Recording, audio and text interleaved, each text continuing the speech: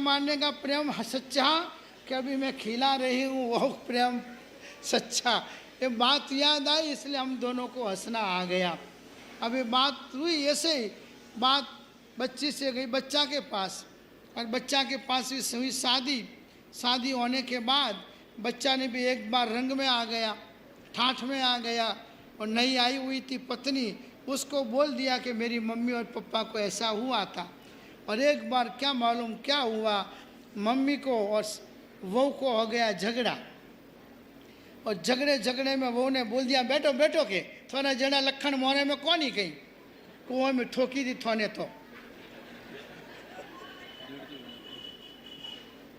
तो कुआ में धक्को मारे तो मैं एड़ा नहीं हो। अने वने आघात लग गया एकदम सांस को, चुपचाप सहन कर लिया और ऊपर चली गई वो मेले के ऊपर, रस्सी बांध के अपना आयुष्य खत्म कर दिया। पिताजी आए, क्या हुआ मालूम पड़ गया, वो गए ऊपर, उन्होंने रस्सी बांधी, उन्होंने जिंदगी खत्म कर दी। बेटा आया दुकान से, सुना मैंने मेरी वाइफ को बोला, वो उसके दिल में नहीं रख पाई और मेरी माँ को सुना दिया, अब ऐसे संसार से कोई लेना देना नहीं। वो भी गया ऊपर, उसने भी रस्सी लगा दी। एक साथ में तीन लोगों का वहाँ पर मृत्यु हो गया। क्यों? एक जीव, एक क्रोध, एक कसाय जीवन के अंदर कितनी आग लगा सकता है।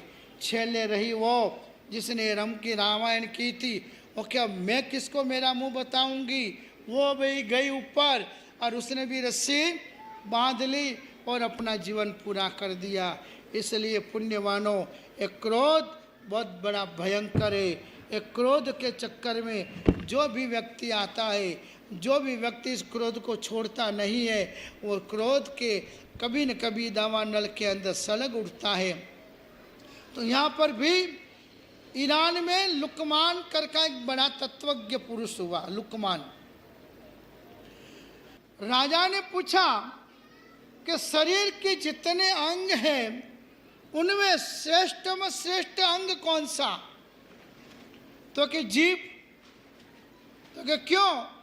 तो कि मर्दा को भी खड़ा करने की ताकत जीभ में अंदर है। दूसरा सवाल पूछा, शरीर का खराब में खराब अंग कौन सा? उसने जवाब दिया जीभ। तो कि क्यों? कि जीभ के कारण जिंदा आदमी भी खड़ा खड़ा मर जाता है।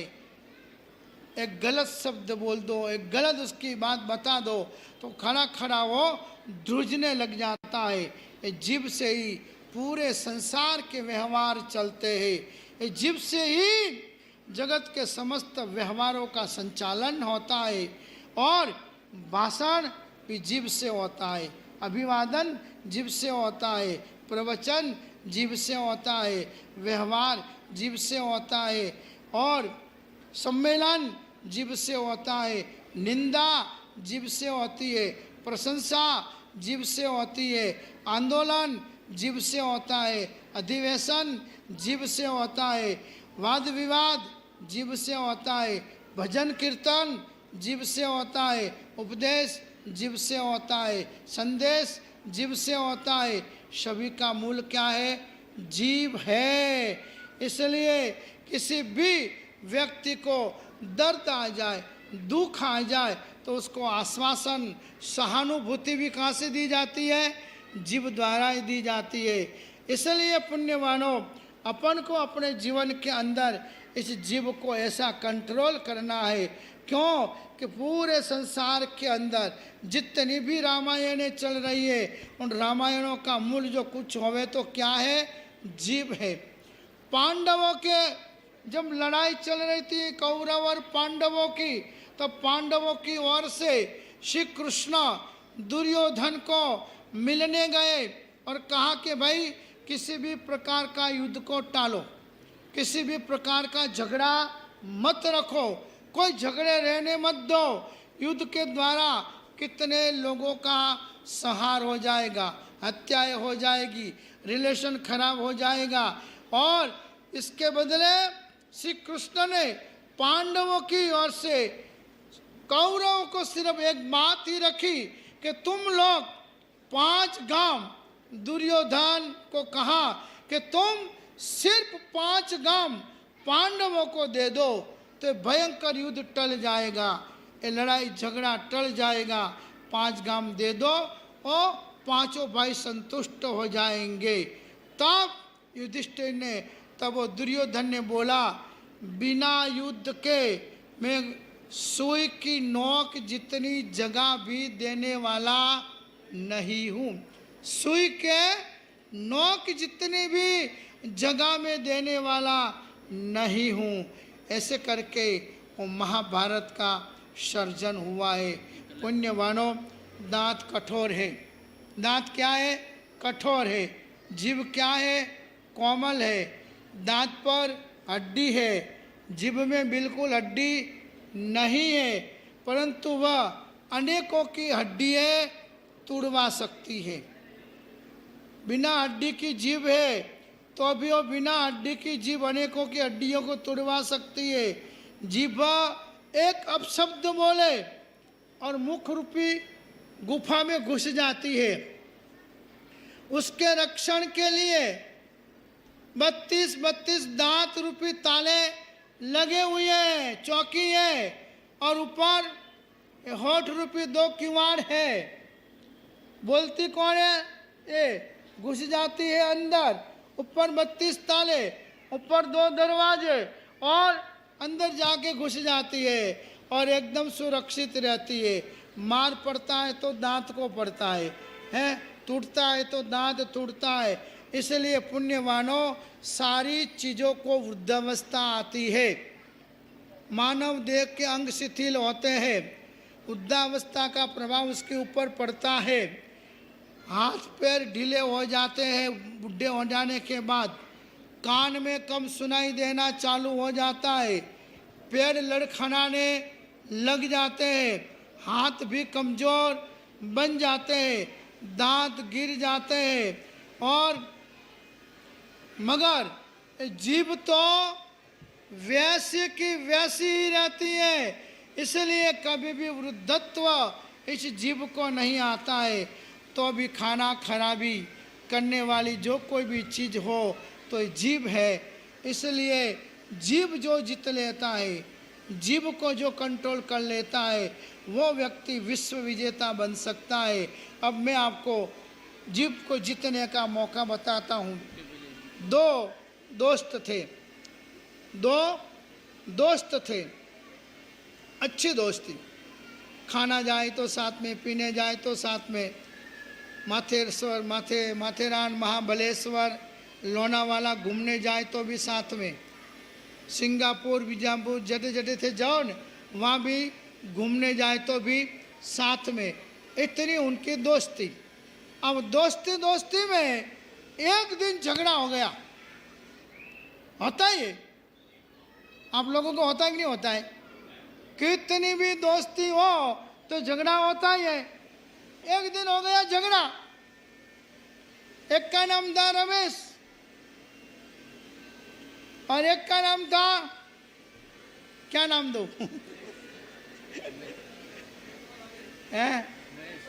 महेश।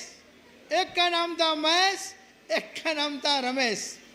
अब दोनों को ऐसा झगड़ा हो गया कि जो एक बीजे के बिना बिल्कुल चले नहीं, पर एक थोड़ा ठंडा, समझदार, बुद्धिशाली था रमेश।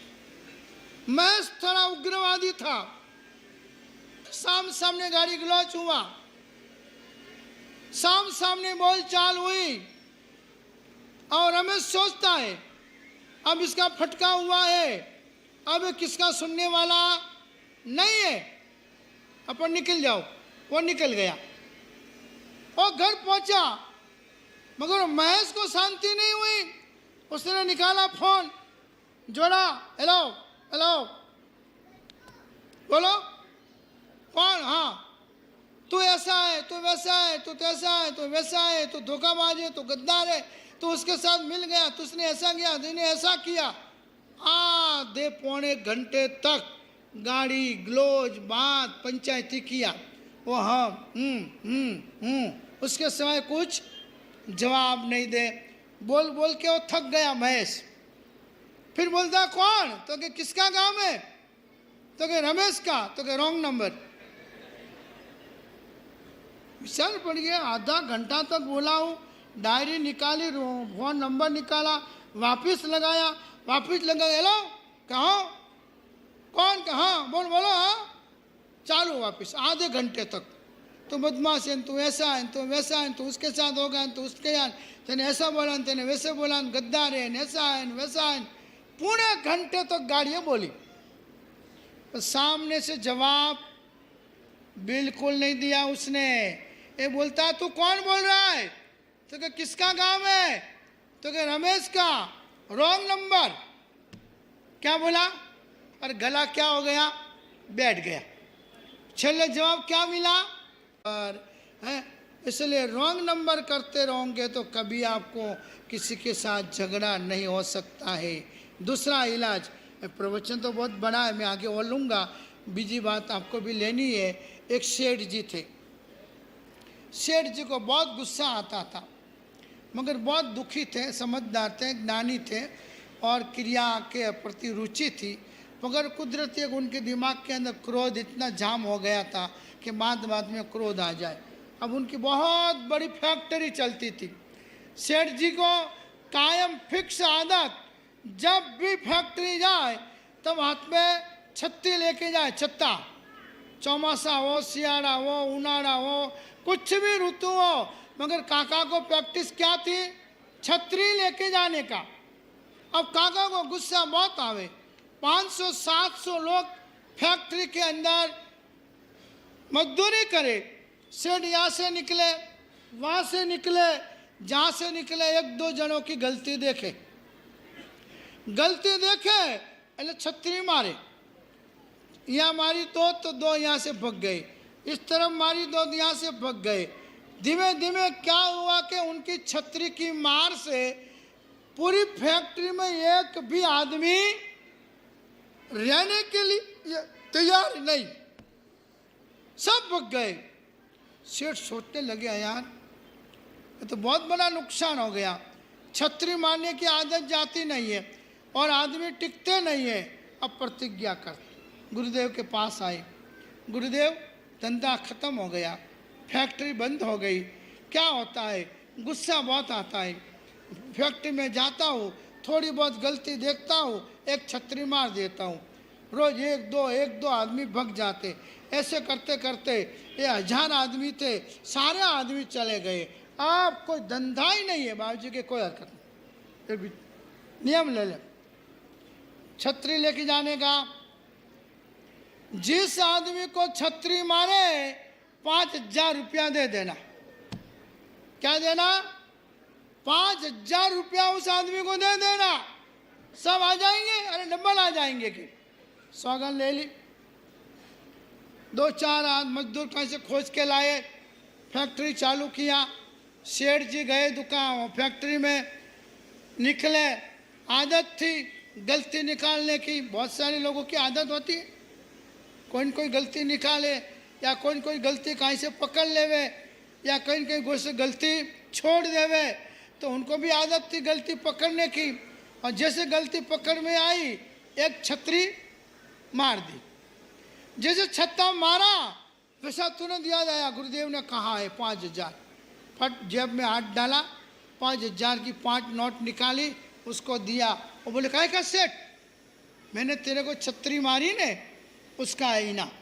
हो सेठ जी तो सुधर गए कि तो फटाफट काम करने लग गया। शाम पड़ी, छुट्टी ली नहीं, घर गया नहीं। शाम को जब बाजार में गया, कैसा रहा? अरे बहुत मज़ा आया। कि क्या हुआ? सेठ जी एक छत्ती मारते हैं और क्या देते हैं? 5000 देते। दूसरे दिन तो 5 मजदूर सामने से आए। सेठ जी हमको रखो, सेठ जी हमको आ जाओ। 5 मजदूरों से स्टार्ट हुआ। सेठ निकले, गुस्सा आया, 2 जनों को मार दी, सीधा 10,000 दे दिया, खुश हो गए।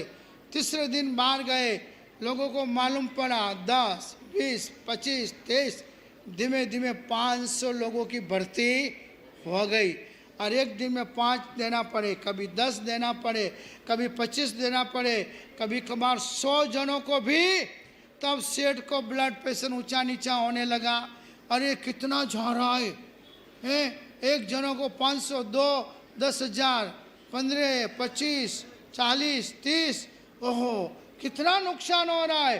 दम धोकार चालू हो गई फैक्ट्री, और सेठ को भी यहाँ पर ऐसा करंट निकलने लगा कि रुपया जा रहा है, रुपया जा रहा है, रुपया जा रहा है, छतरी छोड़ दी और फैक्ट्री चालू हो गई।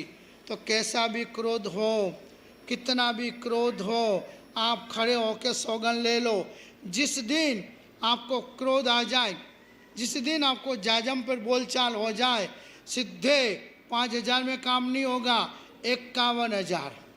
गुरुलाल जी कितना सगन जी, 51,000 वो वयावच के अंदर। हाँ आप बोलो कैसे क्रोध आएगा। 5 का 25 रख लो, चलो 25,000 भी दिन में 2 बार देना पड़े तो आपका महीना 2 महीना में क्रोध टिक सकता है? बिल्कुल आपका क्रोध टिक नहीं सकता है। समूल मूल क्रोध आपका खत्म हो सकता है। इसलिए आप यदि क्रोध छोड़ना चाहो तो 5,000 25,000 का दंड रखो। हाँ बाकी आप मन में सोचो मारे क्रोध छोड़नो, मारे क्रोध छोड़नो, क्रोध ऐसे कभी भी छूटता नहीं है।